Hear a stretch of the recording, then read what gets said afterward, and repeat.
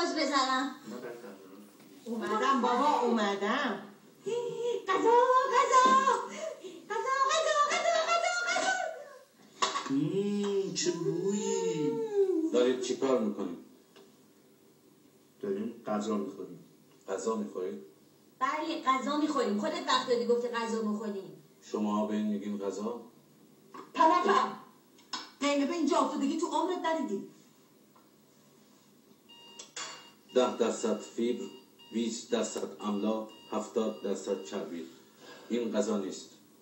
سمن. فکر کنم این هنوز با غذای زمینی آشنا نیست. ببین غذاهای زمینی همه ناسالم هستن، همه همینجوری. ولی نمیدونی با چی کار میکنه. یه قاشق بزن بیا جونم.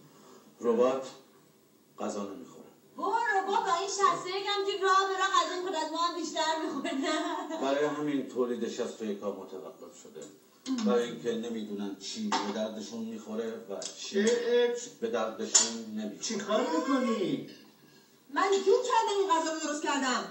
65 نمیتونه به گروه تحقیق اجازه بده همچین چیزی رو بخوره. غذای من لذیذی درست کردم. بذار بخوریم. خوردن همچین چیزی یعنی خودکشی تدریجی. کنفدراسیون به شما این اجازه رو نمیده. این چرا اینجوری میکنه؟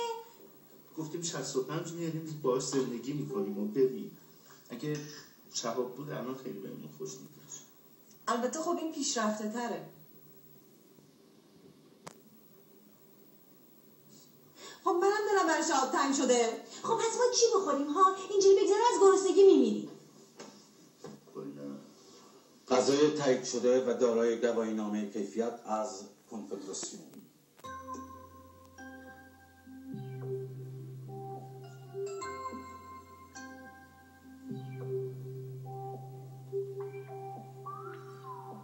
غذا